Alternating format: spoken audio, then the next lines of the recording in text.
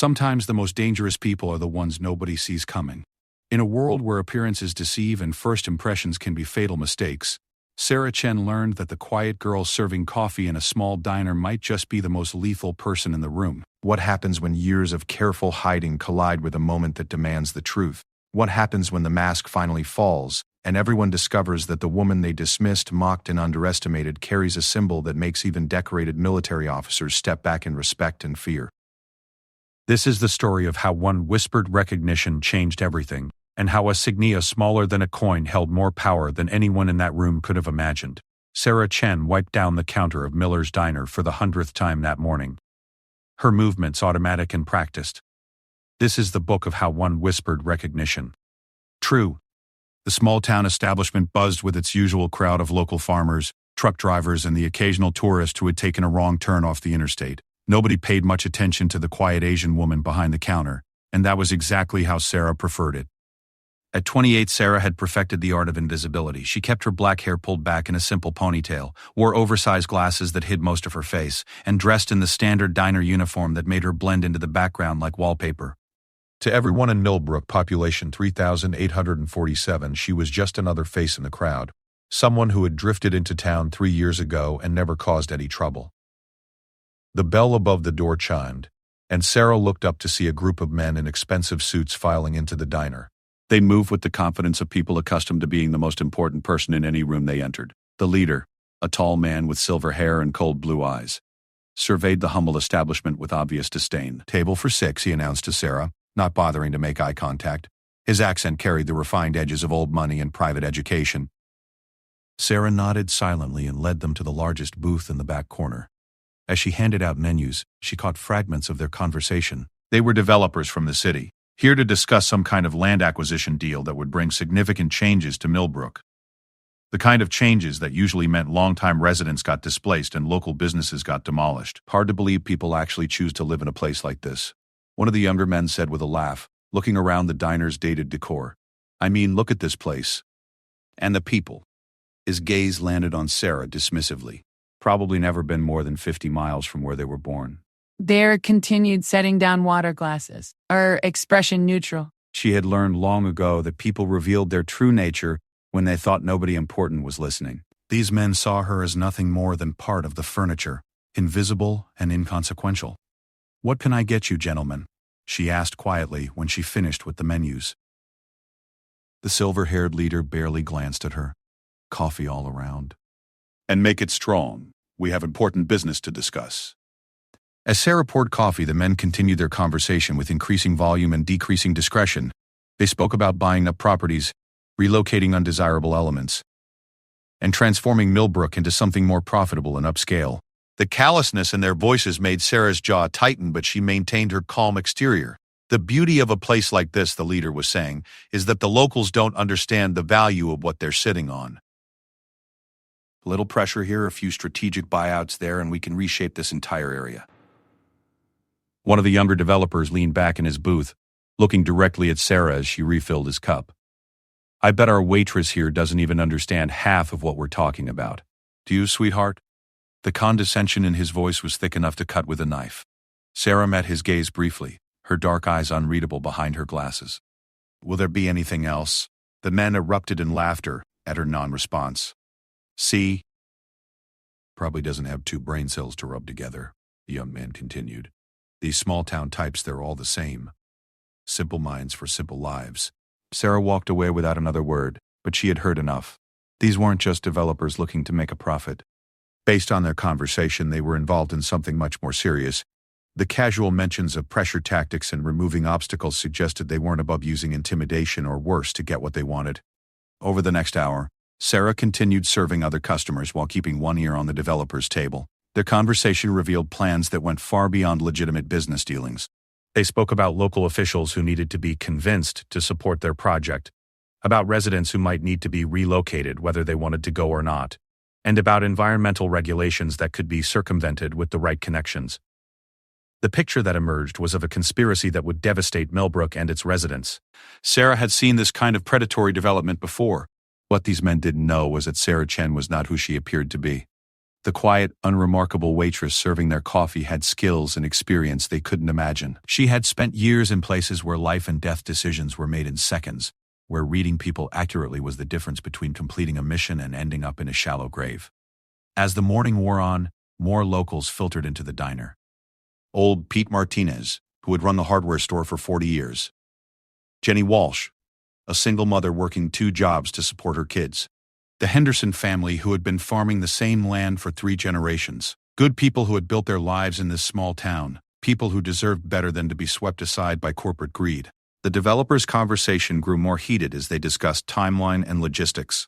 Sarah learned that they planned to have most of the town under their control within 6 months. Any residents who refused to sell would face escalating pressure until they had no choice but to leave. "What about the military families?" one of the men asked. "There's that retired colonel who lives out on Maple Street. Guy like that might cause problems." The silver-haired leader waved dismissively. "Marcus Webb? He's old and out of touch. Probably spends his days telling war stories to anyone who'll listen. Men like that are all bluster and no substance once they're past their prime." Sarah's hand stilled for just a moment as she wiped down a nearby table. Colonel Marcus Webb was indeed a local resident, though she doubted these men knew the full extent of his service record. More importantly, they had no idea that Sarah knew exactly who Colonel Webb was, or that their paths had crossed before under very different circumstances. The conversation continued, but Sarah's mind was racing through possibilities and calculations. She had come to Millbrook to escape her past, to find peace and anonymity in simple work. But these men were threatening everything she had come to value about this place and these people. As the developers prepared to leave, the young man who had been particularly obnoxious called out to Sarah, "Hey, waitress, when you're done playing with your little towel there, we need our check." Sarah approached their table and quickly tallied their order. As she handed the leader the bill, he looked at her with the kind of smile that never reached the eyes. "You know," he said conversationally, "change is coming to this little town whether people like it or not. Smart folks will get on board early. Others might find life here becomes uncomfortable." The threat was subtle but unmistakable. Sarah met his gaze steadily. "Will that be cash or card?" The man laughed and threw down a credit card. "I like her," he told his companions. "Knows her place." After they left, Sarah stood at the window watching their expensive cars disappear down Main Street. Other customers chatted around her, unaware that their entire world was about to change. She thought about the life she had built here, the peace she had found in routine and anonymity. She thought about the people who had become part of her daily existence, who greeted her with genuine warmth and treated her with respect. Most of all, she thought about the choice that lay ahead of her. She could continue to be invisible Sarah Chen, the quiet waitress who kept to herself and caused no trouble. Or she could become someone else entirely, someone these developers were not prepared to face. The decision, when it came, was easier than she had expected.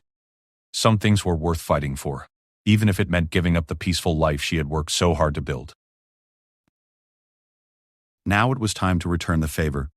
That evening, after the diner closed, Sarah sat in her small apartment above the flower shop and opened a drawer she hadn't touched in 3 years. Inside, wrapped carefully in black silk, were items from her former life.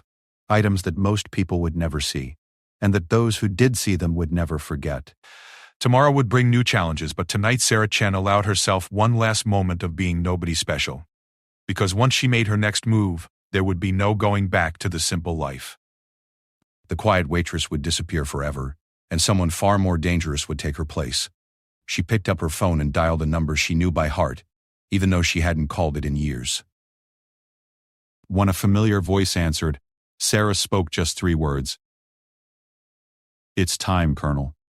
The response was immediate and understanding. "I wondered when you'd surface again. What do you need?"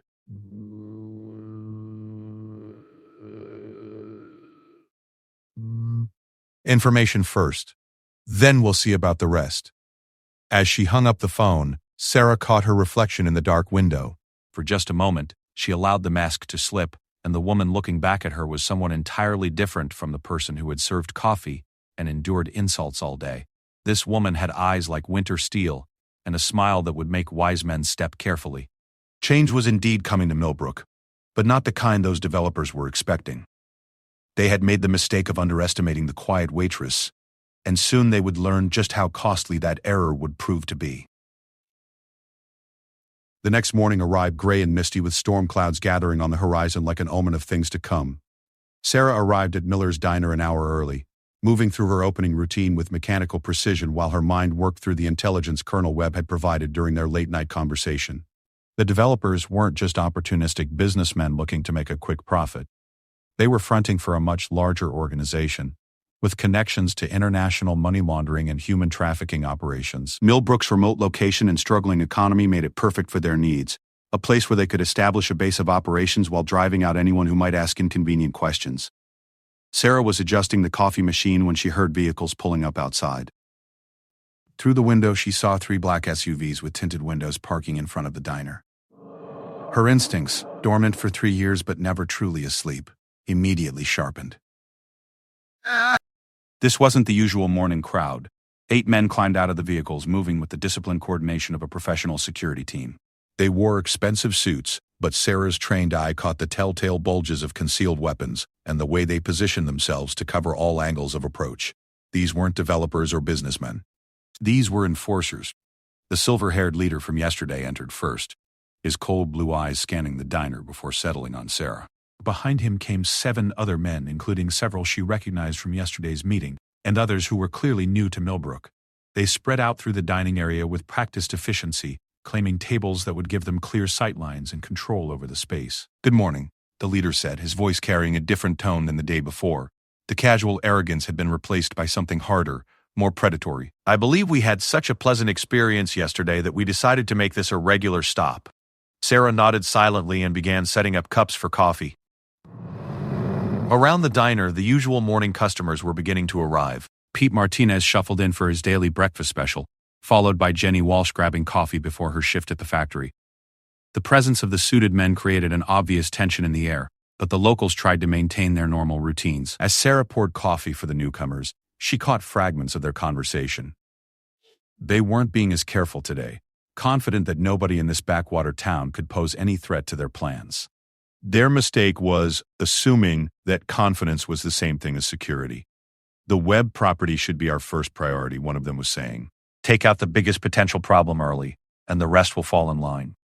Sarah's hand didn't shake as she refilled the speaker's cup, but every nerve in her body went on high alert. Colonel Webb lived alone on 10 acres outside town, isolated and vulnerable despite his military background. If these men were planning to move against him, they would do it soon and with overwhelming force. "What about local law enforcement?" another man asked. The leader smiled coldly. "Sheriff Bradley has been very understanding about our plans for community improvement." Amazing how cooperative people become when you explain their situation clearly. The implication was clear. Sheriff Bradley, a decent man who had served Millbrook faithfully for 15 years, was either compromised or neutralized. Sarah made a mental note to find out which, though for immediate planning purposes it didn't matter. The town's official protection was off the table. As the morning progressed, more locals filtered in for their usual breakfast routine. The atmosphere grew increasingly tense as the suited men made no effort to hide their surveillance of the regular customers. They took photos with their phones, made notes, and conducted whispered conversations that clearly involved cataloging potential problems. Old Pete Martinez finished his eggs and bacon, left money on the counter, and headed for the door. One of the suited men intercepted him casually, blocking his path with a friendly smile that didn't reach his eyes. "Excuse me, sir," the man said politely. I understand you run the hardware store in town. We're new to the area and might need some supplies." Pete, who had been dealing with people for 73 years, recognized a threat when he saw one. "Stores on Main Street," he said curtly. "Open at 9. The suited man stepped closer, invading Pete's personal space. "Actually, we were wondering if you might be interested in selling. We represent some investors who are very motivated buyers." "Not interested," Pete said firmly, trying to step around the man. Confrontation escalated quickly. The suited man grabbed Pete's arm, his grip firm enough to leave bruises. "I think you misunderstood. This isn't really a request." The entire diner went silent. Jenny Walsh clutched her coffee cup with white knuckles. The Henderson family, who had been enjoying a quiet breakfast with their 2 young children, looked around nervously for an exit. Everyone understood they were witnessing something that would change Millbrook forever. Sarah set down the coffee pot and walked over to the confrontation. Her movements were calm and measured, but there was something in her posture that made several of the suited men take notice. "Is there a problem here?" she asked quietly. The man holding Pete's arm looked at her with amused contempt. "Just having a conversation with the local businessmen about opportunities for growth." Nothing that concerns the help. Sarah met his gaze steadily. Martinez is a regular customer. I'd prefer if you didn't make him uncomfortable in my workplace. The leader at the back table laughed. Your workplace? Sweetheart, this whole town is about to become our workplace. You might want to start thinking about your own future here. The threat hung in the air like smoke from a gun. Sarah looked around the diner at the frightened faces of people she had served coffee to every morning for 3 years. Good people who deserve to live their lives without fear, who had built something meaningful in this small town. Let him go, she said simply. The man holding Pete's arm tightened his grip instead. I don't think you understand the situation here. This conversation doesn't involve you. Sarah's expression didn't change, but something shifted in the atmosphere of the room. The temperature seemed to drop several degrees, and even the suited men felt it. I'm asking nicely, she said. Let him go. The man looked to his leader for guidance. The silver-haired man stood up slowly, his cold blue eyes fixed on Sarah with new interest. For the first time, he was really seeing her, and what he saw was making him reassess his assumptions about the quiet waitress. You know, he said conversationally, there's something different about you today. Yesterday you seemed like just another small-town nobody. Today, he paused, studying her face, the dark. Today you seem like someone who thinks she has options. Sarah said nothing, but her silence was more unsettling than any words could have been. The regular customers sensed the shift in dynamics, even if they couldn't understand what was happening. Jenny Walsh quietly herded the Henderson children toward the back exit. Pete Martinez stood frozen, caught between the suited man's grip and his own stubborn refusal to be intimidated. The leader walked closer, closing the distance between himself and Sarah. Here's what's going to happen, he said in a voice that carried absolute certainty. Old Pete here is going to sell his hardware store to our organization. Jenny Walsh is going to find employment elsewhere. The Henderson family is going to discover that small-town life isn't as peaceful as they thought. And you. He stopped directly in front of Sarah, close enough that she could smell his expensive cologne. You're going to keep serving coffee and keeping your mouth shut about things that don't concern you. The entire diner held its breath. Everyone understood they were witnessing a moment that would define everything that came after.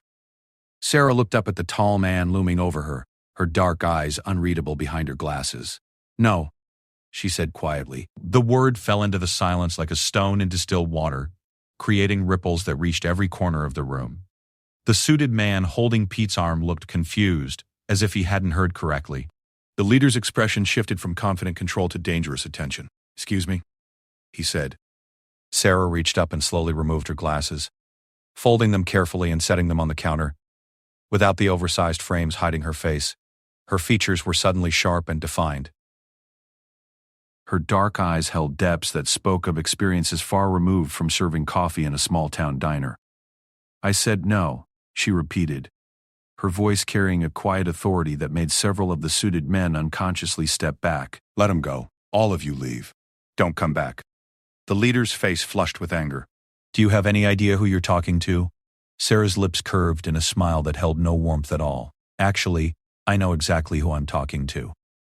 The question is whether you know who you're talking to. The tension in the room ratcheted up another notch.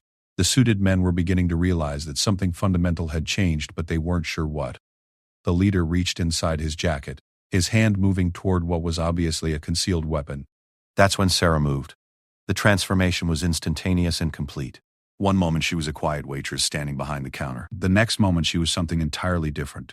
Someone who had been forged in places where violence was a language spoken fluently by everyone who wanted to survive. The leader's hand never cleared his jacket. The leader's hand never cleared his jacket. Sarah's movement was too fast, too precise, too professional. In 3 seconds he was on the floor with his arm twisted at an angle that suggested several small bones had been relocated.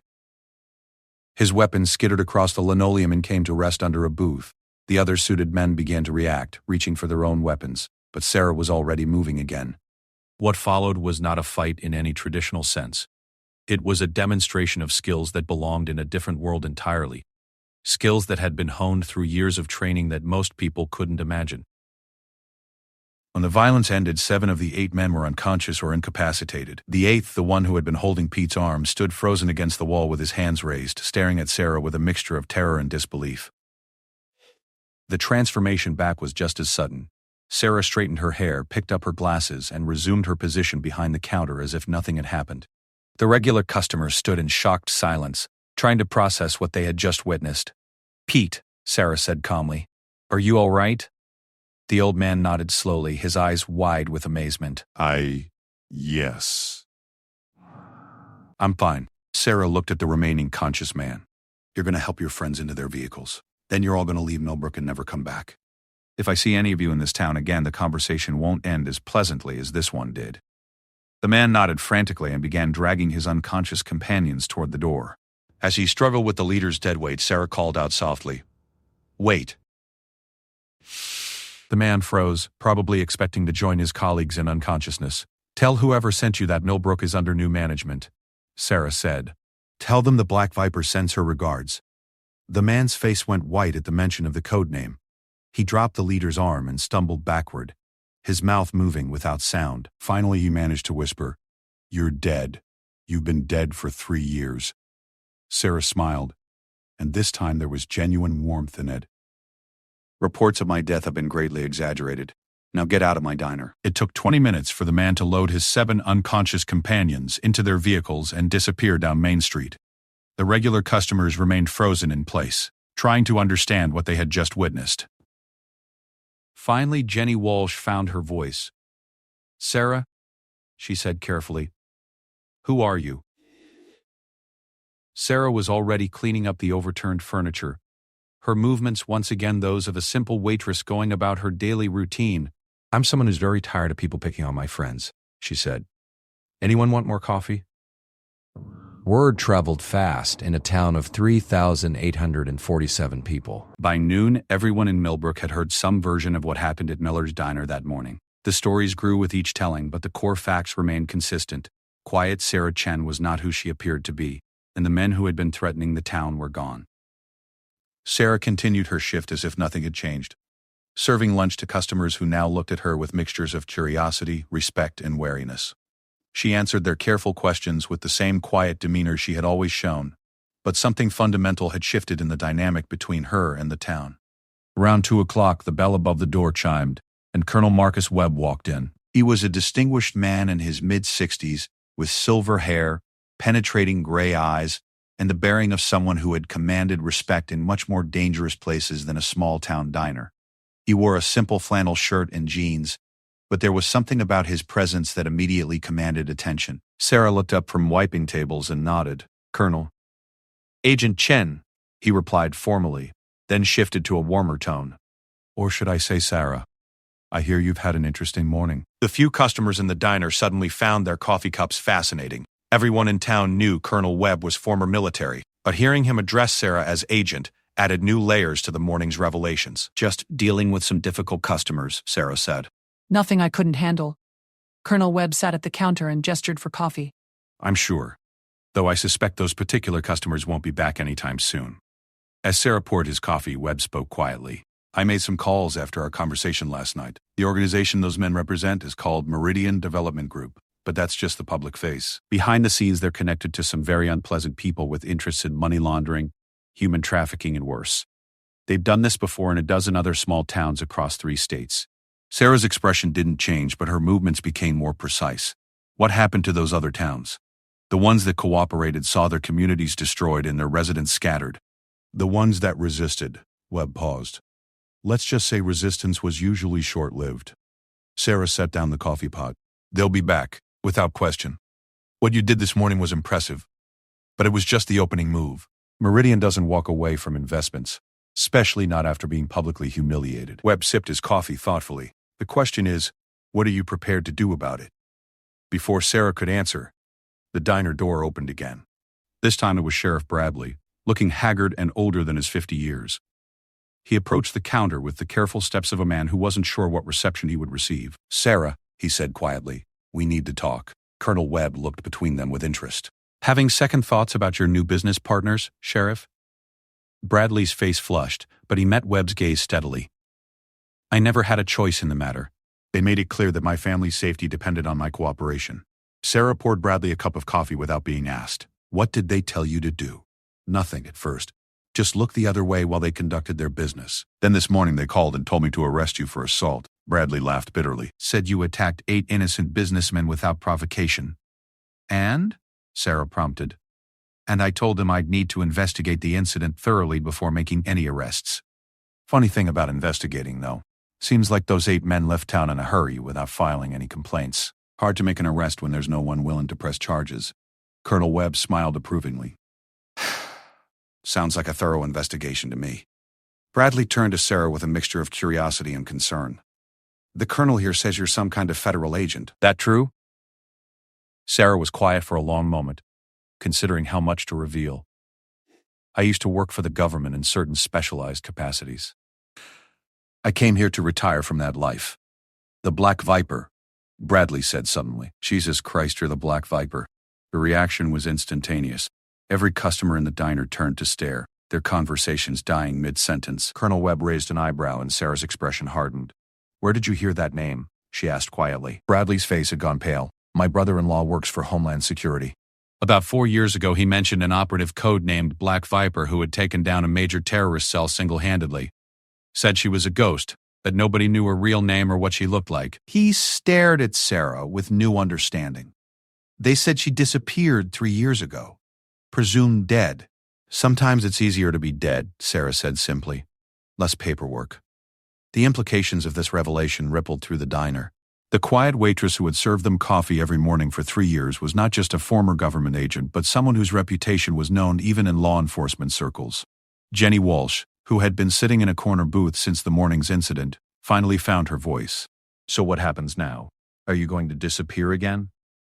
Sarah looked around the diner at the faces of people she had come to care about. Pete Martinez, who always left exact change and never complained about anything. Jenny Walsh, who worked 2 jobs to support her kids and still found time to volunteer at the school. The Henderson family, who treated everyone with kindness regardless of their background. These people had given her something she hadn't expected to find, a sense of belonging. No, she said firmly. I'm not running anymore. Colonel Webb leaned forward.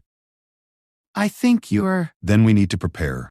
Meridian will regroup and come back with more men and better intelligence. Next time they won't underestimate the opposition. What kind of numbers are we talking about? Sarah asked. Best guess? They'll bring a full tactical team. 12 to 16 operators with military training and modern equipment.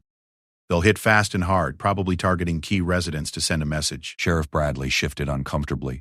Sarah, I appreciate what you did this morning, but you can't take on that kind of force alone.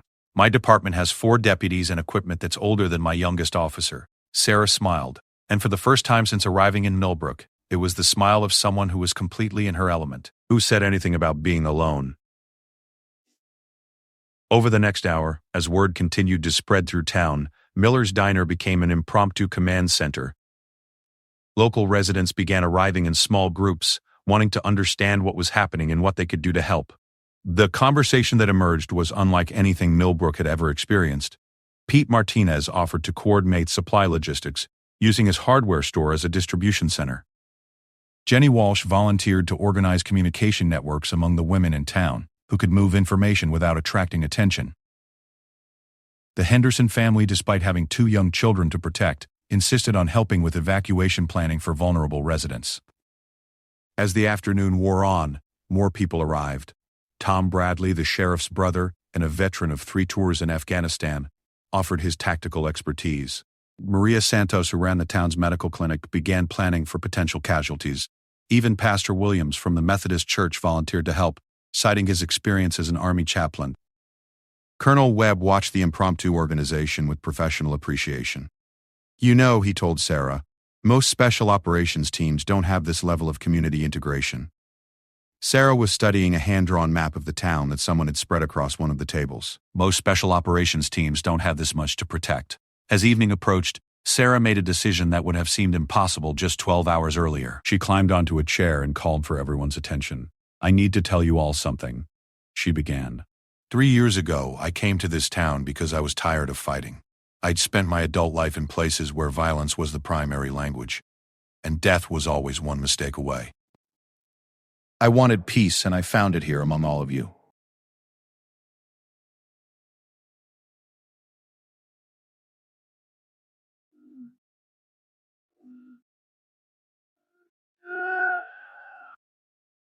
This morning, that peace was threatened by people who see communities like ours as obstacles to be removed. They made the mistake of thinking that because we're small and quiet, we're also weak. Sarah's voice grew stronger. They're going to learn the difference between peaceful and helpless. A murmur of agreement ran through the crowd. Over the next few days, Meridian Development is going to escalate their pressure. They'll bring more men, better weapons, and tactics designed to break our resistance quickly. They expect us to fold after the first show of force. Sarah paused, meeting the eyes of people who had become her neighbors, her friends, her chosen family. They're going to be disappointed. Colonel Webb stood up. I spent 30 years in the Army, including tours in Iraq and Afghanistan. I've seen what happens when good people stand together against bullies. He looked around the room. What Sarah isn't telling you is that she's one of the most effective operatives the government has ever produced. The code name Black Viper isn't just a title, it's a warning. When she disappeared 3 years ago, several very dangerous organizations breathed easier. He turned to Sarah. If we're going to do this, we need to do it right. Half measures will get people killed. Sarah nodded. I know. That's why we're not going to fight them on their terms.